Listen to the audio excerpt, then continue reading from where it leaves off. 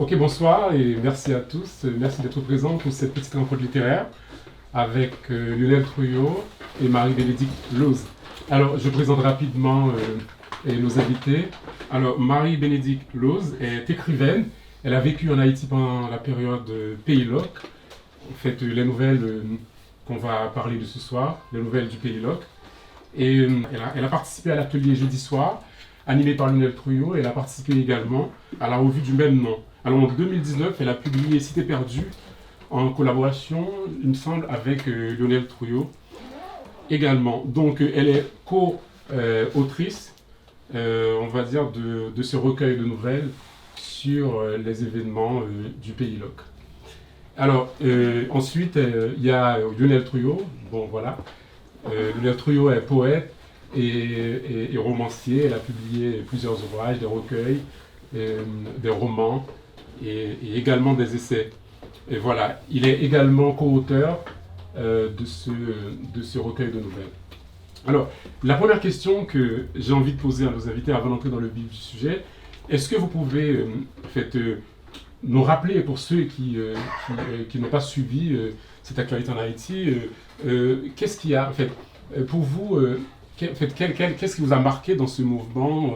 Quelle est sa particularité par rapport aux autres mouvements de protestation qu'on a eu avant dans le pays, c'est-à-dire le mouvement Pays Loc?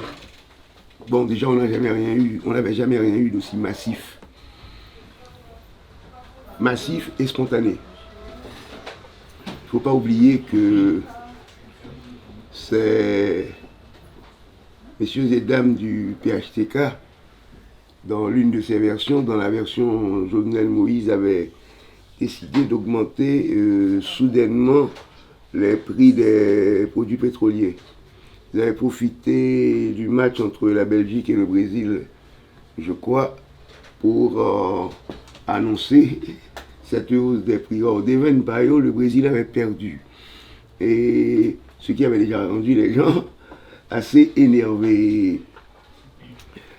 Donc il y a eu spontanément dans les rues une vague de protestation contre la hausse des prix des produits pétroliers et aussi contre la gestion globale du pays où c'était déjà l'utilisation du pouvoir par la criminalité et il y avait aussi énormément de revendications autour de l'argent disparu du fameux fonds Petro-Caribé.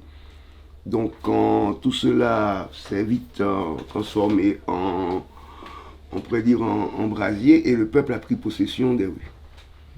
Et ça a duré, comme dit un vieil ami à moi, à ce moment-là, Haïti a renversé le président Jovenel Moïse qui était devenu un homme traqué, qui ne dormait pas chez lui, qui ne descendait pas au palais, et puis les États-Unis nous l'ont gardé.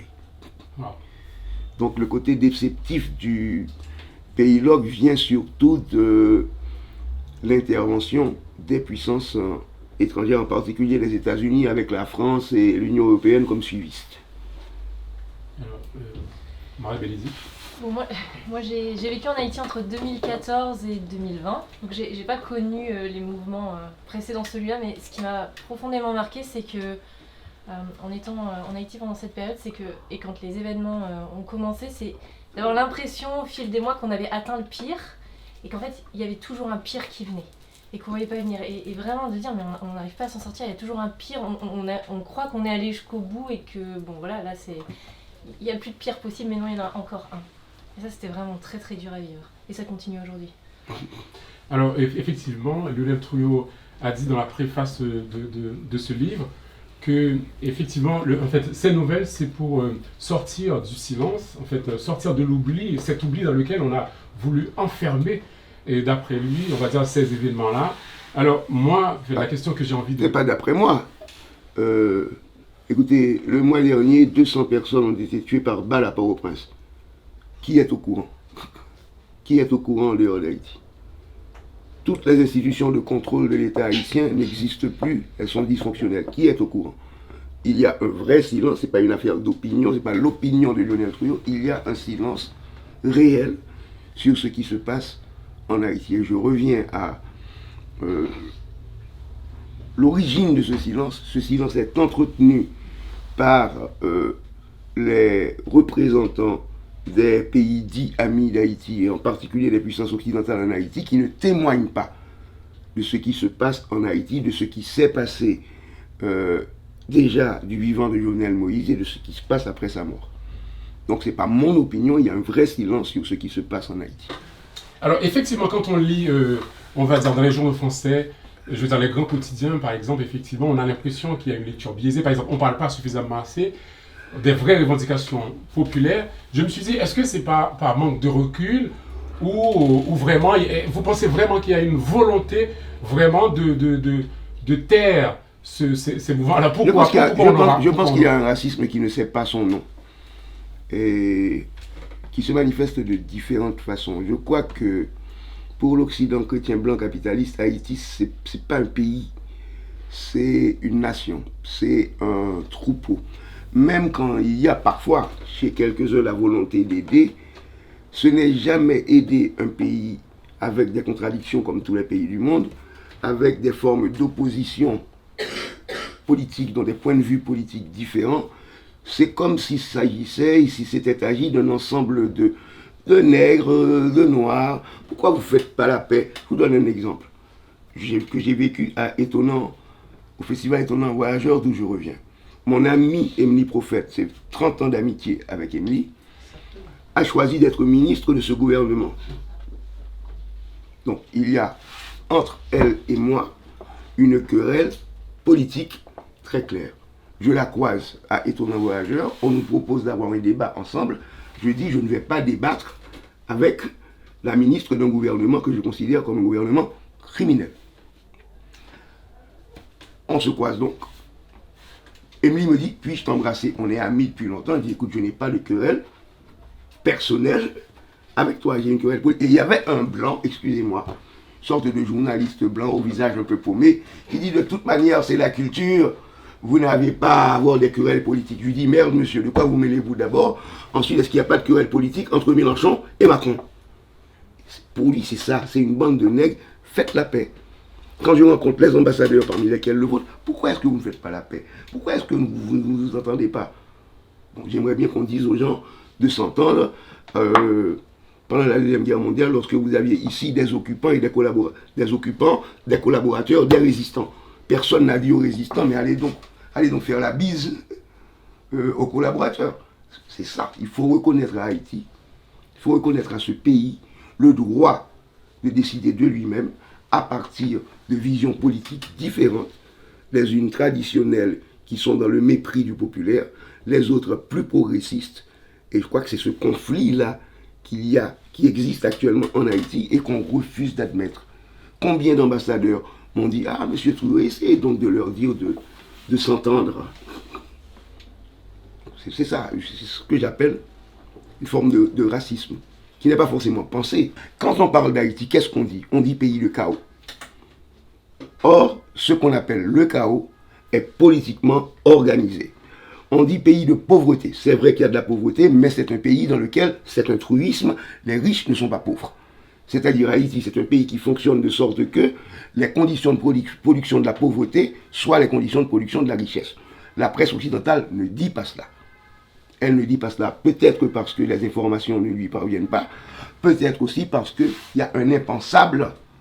Bon, on est dans une librairie, moi j'ai lu il y a quelques semaines le livre de Lilian Thuram, La pensée blanche. Je trouve qu'il y a quelque chose qui est de cet ordre-là. D'accord. Alors, Marie-Bénédicte, vous êtes fascinée par le fait que la vie perdure en Haïti malgré toutes ces difficultés, malgré la peur, même le plus noir de la nuit. Est-ce que c'est le sentiment que vous avez réellement eu en vivant ces moments-là? C'est ce qui m'a fasciné en Haïti, à Port-au-Prince, c'était que c'était une ville qui dormait jamais et qui avait toujours vraiment de la vie. Et que moi, ça me fascinait de pouvoir à 3h du matin trouver des voisins ou des gens qui avaient envie de parler de poésie, de dire des textes, parler de littérature, parler d'autres choses et de vivre. Et les gens, ça continue à vivre, Port-au-Prince dort pas. Et c'est ça qui était dur à constater pendant le temps du Pays Loc, c'est que cette vie qui battait si fort, elle avait beaucoup de mal à battre. Il y a beaucoup d'activités. Lionel organise des vendredis littéraires. Donc depuis des années où tous les vendredis soirs, des gens se retrouvent pour dire de la poésie. Et ces événements-là peuvent plus avoir lieu aujourd'hui parce que c'est trop difficile d'avoir accès à cet espace-là, c'est trop dangereux, vous risquez votre vie en prenant les routes. Et donc il y a beaucoup d'événements. Alors il y a quand même des choses qui arrivent à des espaces qui quand même perdurent, où il y a quand même des activités qui se font, mais c'est vraiment dur et c'est tellement triste parce que c'est un pays qui vit si fort. Alors, vous dites également qu'assister à l'effondrement d'un pays est une chose terrifiante pour vous. Donc, c'est-à-dire que vous avez eu cette impression que vous êtes en train d'assister à l'effondrement d'Haïti. Et ce qui était dur, c'était de voir qu'il y avait beaucoup de gens qui se mobilisaient pour faire partir, pour demander la démission de ce président, pour demander des comptes, pour demander un changement. Et ils avaient beau se mobiliser, d'être des milliers à descendre dans la rue, on avait l'impression que rien ne changeait. Il y avait un mépris du gouvernement soutenu par les puissances internationales, et que c'était dur de voir des gens y croire, se battre et pas arriver à vivre la vie qu'ils souhaitaient vivre. Alors, il y a un passage effectivement de votre nouvelle qui m'a intéressé, c'est la comparaison que vous faites par exemple. On a connu la crise sanitaire en France et que vous avez dit que le président français a dit qu'on est en guerre contre un virus et qu'il ne sait pas ce qu'est la guerre. Et que vous l'appelez même le Jojo haïtien, ça m'a... Bon, c'était pour la comparaison avec le fait qu'ils étaient tous les deux présidents, mais moi c'est vrai que ça m'a un petit peu fait sourire quand Macron a dit qu'on était en guerre contre un virus. Je crois qu'il ne sait pas très bien ce que c'est la guerre. Je crois qu'il ne se rend pas compte ce que c'est de passer dans des rues où ça tire à balles réelles, où les gens tirent des pierres, où il y a des pneus enflammés qui vous empêchent de passer.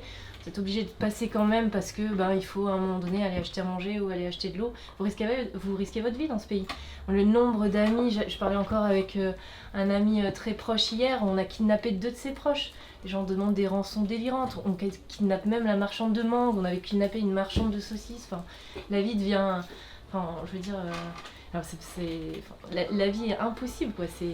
Et donc quand le président dit qu'on est en guerre contre le virus, on va pas rentrer sur la question de cette maladie et comment ça a été géré, mais il y a un peu de poids de mesure, quoi. On parle que de ça, de nos problèmes sanitaires, et il y a vraiment des gens de tous âges qui meurent en permanence dans ce pays, qui sont kidnappés, il y a quand même de poids de mesure, quoi. Ouais. Quand vous avez des enfants, moi je discutais avec des amis, leur petite fille de 2 ans dit, elle pleure le soir en disant maman je veux plus aller à l'école, en fait papy je veux pas aller à l'école parce qu'en fait j'ai peur, parce que elle entend tirer, vous avez 2 ans, vous avez un enfant qui entend tirer toute la journée, elle a peur de se faire kidnapper parce que elle a vu plein de fois en rentrant les voitures qui faisaient demi-tour, la camionnette dans laquelle elle était faire demi-tour parce que il y avait des gens armés qui bloquaient le passage, et donc voilà, je trouvais que quand même la comparaison de Macron avec la guerre est un peu disproportionnée.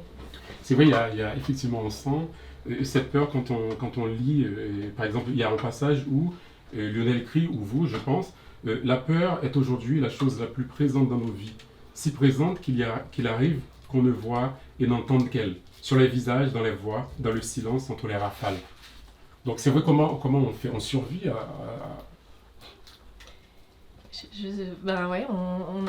Parce que j'imagine effectivement si on est pétrifié par la peur, on est horrifié, même les gestes les plus banals du quotidien deviennent difficiles. Oui, évidemment.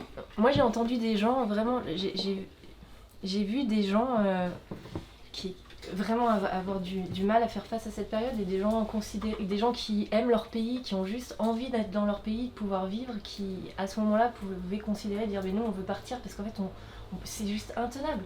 C'est juste impossible quand vous avez peur que votre femme emmène les enfants à l'école et qu'en chemin ils se fassent kidnapper. La vie elle est invivable. Elle est invivable, mais pas tout le monde a la chance de partir. Il y en a beaucoup qui sont partis, et ça c'était dur aussi de voir tous ces gens qui partaient, et on les comprend, ils partent, et puis de voir tous ceux qui pouvaient pas. Ils peuvent pas parce qu'ils n'ont pas de visa, parce qu'ils sont pas, c'est quoi le terme, ils sont pas qualifiés. Ils sont pas qualifiés pour aller aux États-Unis ou dans d'autres pays, donc ils restent, et puis ils vivent la peur au ventre, et ils trouvent des moyens quand même pour rire et faire face, mais la vie est dure en fait, et même elle est invivable ici. Moi j'ai un jeune ami qui est membre de mon atelier, de l'atelier jeudi soir, et je viens de le publier. D'ailleurs, oui, qui a écrit dedans, c'est L'Ité et la guerre. Qui a écrit dans ce recueil. et qui écrit dans l'un de ses poèmes que ça fait longtemps qu'il ne s'est pas couché sur un lit. Il fait partie de ceux à Cité Soleil qui ont un lit, mais on ne se couche pas sur le lit parce que ça tire à hauteur d'homme, donc il faut se coucher à même le sol. On a eu des cas où on était en pleine séance d'atelier, quelqu'un appelle pour dire à un autre jeune poète, voilà, il y a la voisine qui vient de recevoir 2 balles parce que ça tire. C'est ça la vie au quotidien. Et cette violence, on n'en parle pas suffisamment. Ou quand on en parle, encore une fois, on dit que c'est le chaos. Ce n'est pas le chaos, c'est l'utilisation politique du banditisme pour terroriser une population qui demande au fait une démocratie réelle. Vous allez encore demander pourquoi. Pourquoi? C'est parce que, j'y reviens, l'Occident chrétien blanc capitaliste a dépensé une grosse fortune en Haïti pour, depuis une bonne douzaine d'années, produire de fausses élections. C'est-à-dire on est dans le mythe d'une démocratie formelle, on est dans la parodie d'une démocratie formelle. Ce sont des élections auxquelles les Haïtiens ne participent pas. Ce sont des élections gagnées d'avance par les membres du parti au pouvoir. Donc les Haïtiens, ils n'y croient pas. Donc on est dans une logique de rupture portée par les Haïtiens depuis le Pays Loc. On n'en veut plus. On met tout à plat, on recommence. Et on est dans une logique de continuité portée par les ambassades et les institutions internationales et les nombreuses variantes du PHTK qui se sont succédées et se succèdent encore au pouvoir. Voilà où nous sommes. Pour ça, récemment, j'ai écrit que l'Occident a choisi le pourrissement pour Haïti. Puisque du côté haïtien, il est clair qu'il ne sortira rien d'acceptable pour les Haïtiens là-dedans. C'est comme si on veut nous dire, accepter cela, au nom de quoi? Et le pouvoir ne pouvant pas convaincre, quand un pouvoir ne peut pas convaincre, il n'a que 2 recours, la violence et la corruption. Donc c'est ce que nous vivons. Nous vivons un pouvoir qui se maintient par la violence et la corruption. Alors, je vais laisser la parole au public. Alors, il y a un micro juste là. Et si vous voulez poser des questions, après, on continue le débat. Bonjour et merci pour cette opportunité. Madame Lose, vous dites au commencement que vous avez vécu en Haïti depuis 2014 à 2020. Par contre, dans votre locution, vous avez dit Haïti est un pays qui ne dort jamais. À 3 heures du matin, vous trouverez quelqu'un pour parler de littérature.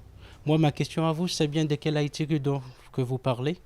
Parce qu'on sait très bien, tout le monde le sait, depuis 1986, la chute de Duvalier, Haïti est tombé dans un chaos total. Et j'aimerais bien savoir quel Haïti que vous parlez à 3 heures du matin, vous verrez quelqu'un pour parler de la littérature. Je vous assure qu'entre 2014 et 2018, je prenais des motos et je me baladais dans Paco, au Champ de Mars et on pouvait circuler. Il y avait beaucoup d'espace où on pouvait parler de littérature. J'ai parlé des vendredis littéraires animés par Lionel, et beaucoup d'espaces, je ne vais pas tout citer, puis voilà, les espaces qui existent là-bas, mais je vous assure que j'ai vu un changement moi entre le début de ma période de vie là-bas et les moments où j'ai dû partir. Puis si vous permettez... Et j'ai plusieurs amis, il y a un ami de l'atelier qui est là qui pourra vous confirmer, je veux dire, c'est... Et puis tout le monde ne sait pas que depuis la chute de Duvalier, Haïti est tombé dans un chaos. Haïti a eu des moments de progrès social, des moments de respiration et d'aspiration à autre chose. Et c'est vrai qu'il y a eu une vie nocturne, même pendant la présidence de Michel Martelly. La répression s'est fortement accentuée avec l'arrivée au pouvoir de Jovenel Moïse.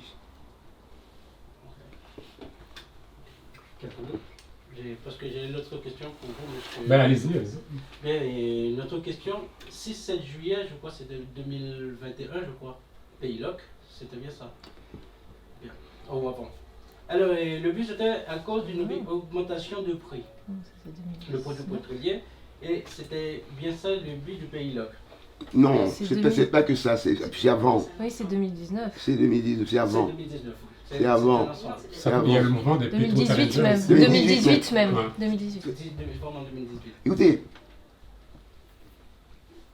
cette mauvaise idée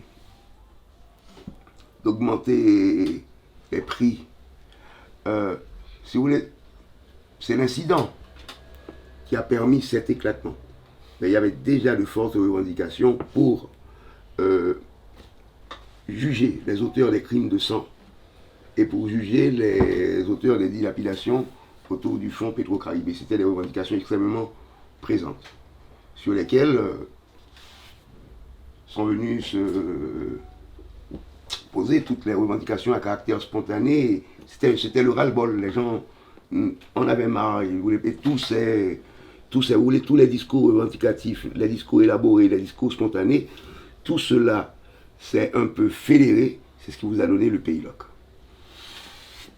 Bon, la deuxième question du passe, c'est 200 personnes tuées en Haïti. On fait le silence total. Par contre, on a actuellement l'affaire de Muscadet qui fait la une. Partout on en parle. Alors, j'aimerais bien entendre, écouter votre point de vue. Ah non, ça c'est aux Français qu'il faut demander. C'est pas à moi. Mais les Français ne sont pas en Haïti actuellement. Non mais en fait, je pense que Monsieur Damel-Touyo, quand on vous donne l'occasion de répondre souvent à des questions qui se posent ici, je pense que c'est l'occasion, c'est de répondre, de prendre la parole. C'est pas à moi de dire pourquoi en France on parle d'un cas lié à la France et pas de 200 morts. Mais vous constatez c'est pas à moi qu'il faut poser la question, évidemment. Mais vous constatez quand même qu'on n'en parle pas assez, évidemment. Donc c'est l'occasion, on vous donne l'occasion de répondre à la question. Bon, voilà. Alors, je pense qu'effectivement, à un moment donné, vous parlez en fait, vous dites que compter les exactions... Écoutez, je suis sérieux. Si je demande à ceux qui ne connaissent pas la situation haïtienne de ne pas parler au nom d'Haïti, je ne vais pas non plus faire mon blanc et dire voilà ce que je pense de la vision des Français de la chose haïtienne. Non, c'est pas ce que vous pensez. Moi, ce que je réclame, c'est l'égalité. Non, mais c'est pas ce que vous pensez, c'est répondre. Évidemment, il y a des choses, je pense qu'il y a des Français qui ne suivent pas forcément l'actualité haïtienne, et là, vous avez raison, parce que, évidemment, on occulte quelquefois ce qui se passe en Haïti, ils savent absolument rien. Il y a des gens qui s'informent uniquement par les médias, mais c'est l'occasion, évidemment, de les éclairer, parce que ces questions-là, les gens, c'est là, en fait, on se demande, ben oui, moi je croise des gens dans le métro ou dans le bus qui me disent ouais, Haïti on en parle tout le temps, voilà, c'est toujours le chaos, c'est toujours la même chose, etc. Mais voilà, je pense que ces questions-là, évidemment, pourquoi c'est à nous aussi, je pense, de les répondre, parce que le livre, en partie, répondre à cette question-là, c'est pour sortir ces événements de l'oubli. Alors, je voulais rebondir par rapport à ce que dit le monsieur tout à l'heure, c'est que à un moment donné, vous dites que compter les exactions, c'est devenu le parler quotidien haïtien. C'est... Évidemment. Qui est mort aujourd'hui? Qui a été kidnappé?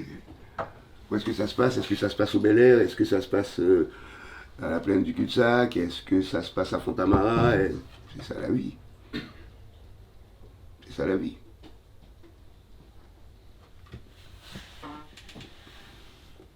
Y a-t-il d'autres questions? Moi j'ai une petite question. Enfin, je ne sais pas si c'est une question. Moi je me dis, toutes ces armes qui sont en Haïti, d'où viennent ces armes? De toute manière, les armes proviennent des États-Unis. Et les armes sont importées en général par les gens qui sont au pouvoir ou qui sont proches du pouvoir. Ce n'est pas les petits pauvres de Cité Soleil qui font venir des armes de guerre qui sont utilisées par les gangs en Haïti. Ça c'est très clair. Donc, les armes continuent d'arriver. C'est vrai, parce qu'effectivement vous parlez d'étrangers.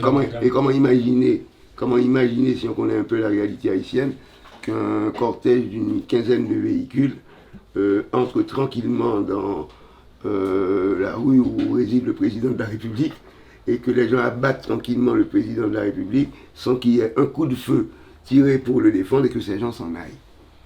Donc il y a des choses qui se passent en Haïti. Il y a d'une part, il y a vraiment les intérêts, quels sont-ils?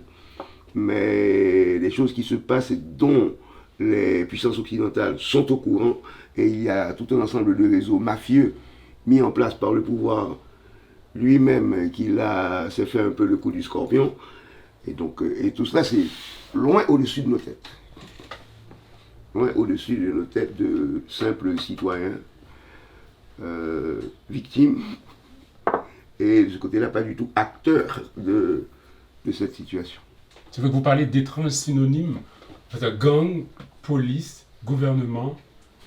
Écoutez, le principal chef de gang en Haïti est un ancien de la police, c'est un ancien policier. Et la police aussi, sans dire que tous les policiers, sans considérer tous les policiers comme coupables de crimes ou liés aux gangs. Il y a d'ailleurs au sein même de la police, il y a des forces de résistance, des policiers qui protestent, mais il y a une politisation de la police. Moi, j'avais fait un article, j'avais demandé au chef de la police, êtes-vous chef de la police ou chef d'un nouveau tonton Macoute? Parce qu'il y a cela, il y a certainement une utilisation politique de la police. Quand les ouvriers manifestent pour réclamer l'augmentation du salaire minimum, la police tire à balles réelles. Mais quand les gangs assassinent la population, on voit rarement la police. Bonsoir, j'avais une question pour continuer sur ce thème. Vous dites que les puissances occidentales sont complices de ce qui se passe en Haïti. Je pense qu'on peut dire que c'est le cas depuis l'indépendance, mais que c'est un mouvement qui malheureusement ne s'arrête pas et même empire. Nous qui vivons, en tout cas moi je vis en France, beaucoup des gens présents ce soir aussi, on constate que même ici, même si on n'est vraiment pas dans la même situation qu'Haïti, la répression est de plus en plus forte lorsque les mouvements populaires se mettent en place. Les Gilets jaunes, aux Antilles françaises, en Guadeloupe, quand le peuple se révolte parce que les problèmes ne sont pas pris en compte, des problèmes cruciaux comme l'eau, comme des injustices sociales, comme un désespoir de la jeunesse. Là, on voit que la répression est quand même de plus en plus forte. Donc, dans ce contexte-là, est-ce que vous pensez qu'il y a un espoir pour que ces puissances occidentales cessent justement cette action néfaste sur Haïti quand elles sont déjà en train de durcir le ton vis-à-vis de leur propre population? Je ne sais pas, ça dépend de ce que vous représentez en tant que société civile dans ces pays-là. Il y a un point sur lequel je suis d'accord, il faut informer. Et ça, j'essaye de le faire. Il faut informer les populations, les sociétés civiles des pays occidentaux de ce que font leurs gouvernements en Haïti. Pour le reste, c'est pas à moi de savoir, c'est à vous de déterminer si vous trouvez des formes d'action ou des formes d'influence pour dire arrêtez. Ce qu'on voit d'ailleurs aux États-Unis, on le voit de plus en plus au sein de la communauté haïtienne, on le voit même chez des représentants de l'État aux États-Unis. On voit des parlementaires le dire, on voit d'anciens fonctionnaires dire attention, vous êtes en train de tuer ce pays. Donc oui, je comprends très bien votre question, mais ça c'est à vous de voir à l'intérieur de ces sociétés, est-ce que vous représentez encore quelque chose? On l'espère. Alors, j'ai une question. Moi, j'aimerais savoir ce qui reste de Pays Log aujourd'hui. Est-ce que cette résistance a été vaincue, on va dire, à l'usure par la répression? Elle n'est pas vaincue. Mais les formes d'expression spontanée, des discours revendicatifs, sont aujourd'hui très difficiles à apparaître parce qu'il y a eu la répression. Déjà, il y a eu la répression, il y a eu la répression et il y a eu la déception. On oublie quand même que les gens ont fait d'énormes sacrifices. Pour les marchands qui gagnent leur vie au jour le jour, dire non, j'accepte, je ne sortirai pas pendant 1 semaine, 2 semaines, parce qu'il faut que ces gens-là s'en aillent. Ce sont de gros sacrifices consentis, en particulier par ce qu'on appelle le peuple des villes, c'est-à-dire par les gens des quartiers défavorisés qui vivent dans des conditions économiques terribles.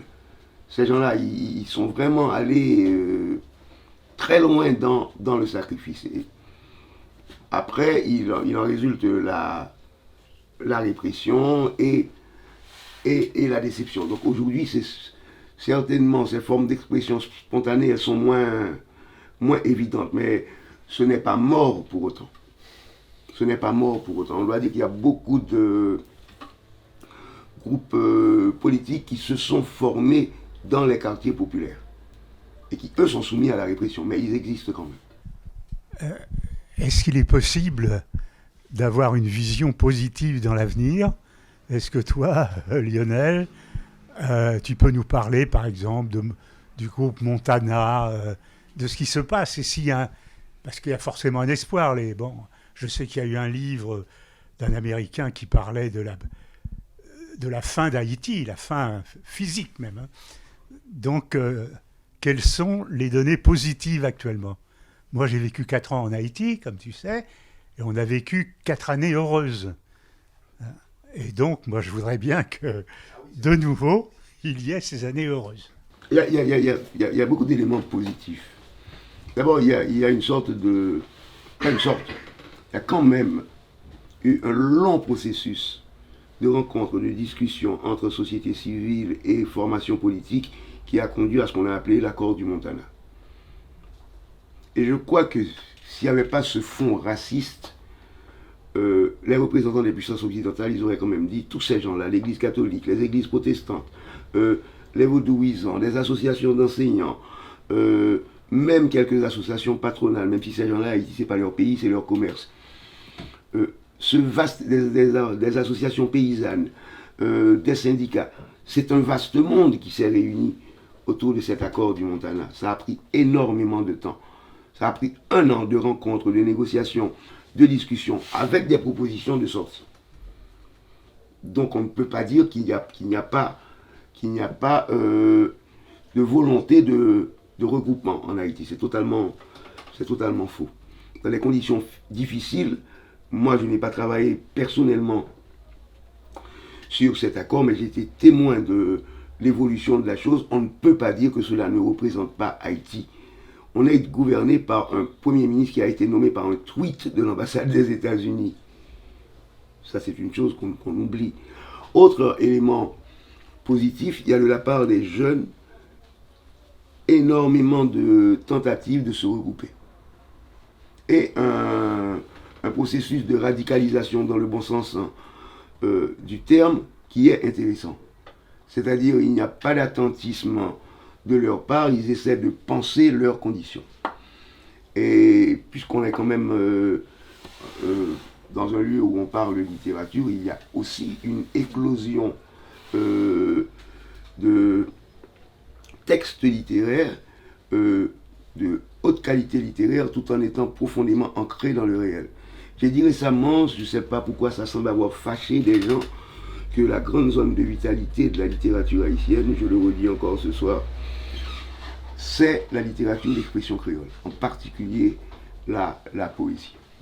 Et on voit qu'il se passe quelque chose, les gens ne sont pas en train de poétiser, de faire les vers, parce que c'est une tradition de faire les vers, les gens sont en train de faire du littéraire, donc de produire sens et forme, en ayant conscience qu'ils produisent sens et forme, tout en étant fortement en discussion avec le réel. Il y a une littérature en Haïti qui s'écrit surtout en créole, de qualité, et qui parle de la réalité haïtienne, et conséquemment de la réalité du monde. Ça, c'est aussi un élément très positif. Mais tout cela se fait dans des conditions difficiles. Moi, j'aime beaucoup citer cette phrase de Engels, je crois, qui disait que c'est le mauvais côté de l'histoire qui fait l'histoire. Donc, dans ce mauvais côté de l'histoire qui semble dominant en Haïti, il y a beaucoup de choses positives qui se font. Et puis, on a dit qu'il y avait beaucoup de gens qui voulaient partir, mais il y a aussi beaucoup de gens qui veulent rester. Et qui quand même choisissent de rester, c'est ton cas, mais c'est le cas de beaucoup d'autres personnes qui disent non, ça va mal et la vie est vraiment dure, mais c'est mon pays, je reste et je vais faire ce que je peux, mais pour essayer de changer le quotidien à ma mesure, à mon échelle, mais il faut quand même rester. On a des exemples d'amis dont les parents sont là et ils choisissent de rester, même avec un petit garçon, ils disent non, en fait c'est là, c'est notre pays et on va continuer à le construire ensemble. Et ça c'est important. Excuse-moi. Et ce que tu dis, c'est vrai. En plus, il y a quelque chose, mais ça, Yannick Lahens serait beaucoup mieux placé pour en parler que peut-être que toi et moi, parce que Yannick suit cela. Il y a aussi beaucoup d'initiatives un peu micro, des formes de coopératives, des formes d'activités en commun, d'organisation de la production, d'associations orientées vers la production. Il y a beaucoup de choses de ce type qui se font là, qui sont évidemment totalement ignorées par l'État et par les ambassades. Je réagis par rapport à la question de monsieur. Je pense que en fait, il y a tellement de lieux d'organisation et de résistance. Donc par rapport à ce qui se fait, à ce qui se passe en Haïti aujourd'hui.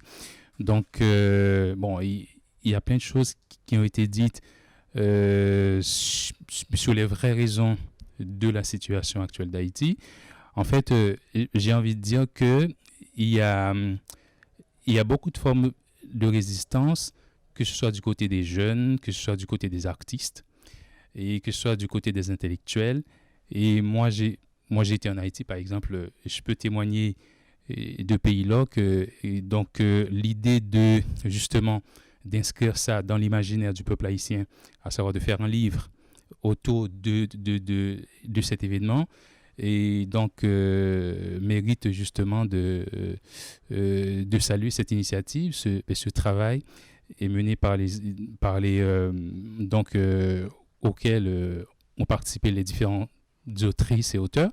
Donc du coup, moi j'ai vu des jeunes, moi aussi j'étais en Haïti, mais j'ai participé à ces résistances, à ces mouvements, et donc je pense que il y a une jeunesse qui refuse de capituler. Il y a une jeunesse qui se dit, et d'ailleurs c'était justement la véritable base de ce mouvement Pays Loc, donc c'était les jeunes qui se disaient, moi je refuse de capituler, je refuse de voir Haïti sombrer.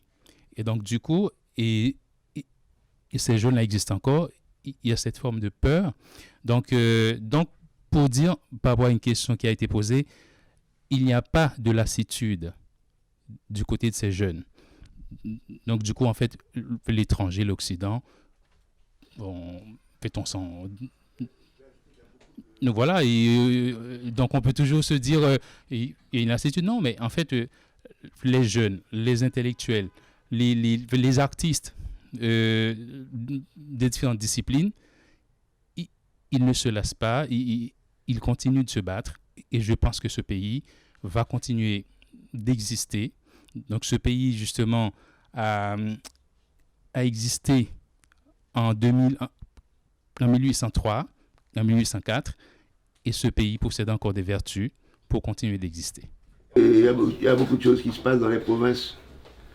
Il y a énormément de stratégies de regroupement de la part des jeunes dans les provinces. On peut voir encore l'impact de la littérature. Il doit s'être créé en Haïti sur les 3 ou 4 dernières années 7 ou 8 jeunes maisons d'édition, toutes créées par des jeunes dans des situations extrêmement difficiles.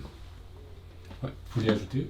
Non, je pensais juste à plusieurs exemples de jeunes qui se retrouvent pour faire du bénévolat et qui veulent aussi changer leur quartier ou l'espace où ils habitent, et qui se regroupent ensemble, qui mènent des initiatives communes pour justement dire il faut que l'espace où on vit puisse être un espace agréable. Alors, s'il n'y a pas d'autres... Il y a d'autres questions ? Non. Ils ont envie de fumer. Ils ont ou j'ai envie de fumer. Moi, je voulais simplement dire merci à Fabien. Je considère toute la mise en œuvre de ce livre jusqu'à sa réalisation et sa matérialisation par l'objet livre comme une forme de solidarité envers le peuple haïtien et envers la littérature haïtienne. Je tiens à dire que je considère ce livre comme un livre d'une grande qualité littéraire. Une grande... Et donc, merci camarades. Merci. Ce que je voulais dire, c'est que oui, effectivement, Lionel a raison. Il y avait une volonté, il y avait une volonté de vérité, mais il y avait une volonté de solidarité. Et je pense que, alors j'allais dire, c'est une vision pas forcément majoritaire, mais qui existe dans les petites Antilles. Pour la Guyane, tu diras, France. Parce que c'est la particularité de la maison, hein, c'est que voilà, elle est faite par des gens des dernières colonies françaises des Amériques, donc Guadeloupe, Martinique, Guyane. Mais il y a toujours ça, je pense, dans les petites Antilles, ce rapport avec Haïti. Parce que, en fait, en même temps, c'est de la solidarité, mais pas tout à fait. Parce que, en fait, le rapport à Haïti est complexe. On peut le voir en Guadeloupe. Des fois, il est remonté par les médias à une époque, dans les années 90, et d'ailleurs, on l'a vu dans les derniers résultats qui sont un peu complexes à analyser, mais bref, de la présidentielle française. Il y a une montée de xénophobie en Guadeloupe, ça c'est évident. Mais il y a aussi, par ailleurs, d'autres mouvements et un rapport à Haïti qui est en fait un rapport de solidarité, mais qui est un rapport aussi un peu de miroir. C'est-à-dire qu'on sait que c'est une partie de nous-mêmes, nous, des Petites Antilles, qui se joue en Haïti.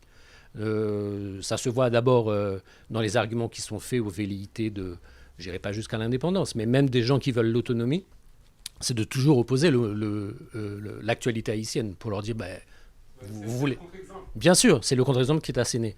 Mais en même temps, bon, ça se démonte justement en poussant la vérité sur ce qui se joue en Haïti. Qu'est-ce qu'il y a derrière ça? Il n'y a pas une malédiction, il y a effectivement de la politique. Et il y a de la politique internationale, de la politique nationale.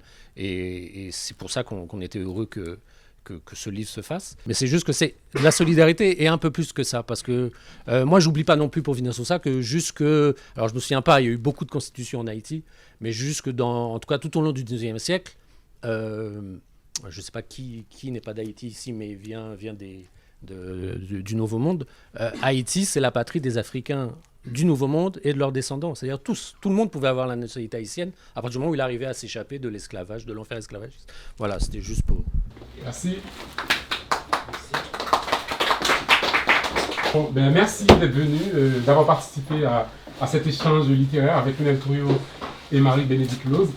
Alors, le livre Nouvelle Pays Loc, donc voilà, je pense qu'il est disponible ici pour ceux qui veulent s'en procurer. Merci beaucoup et à bientôt.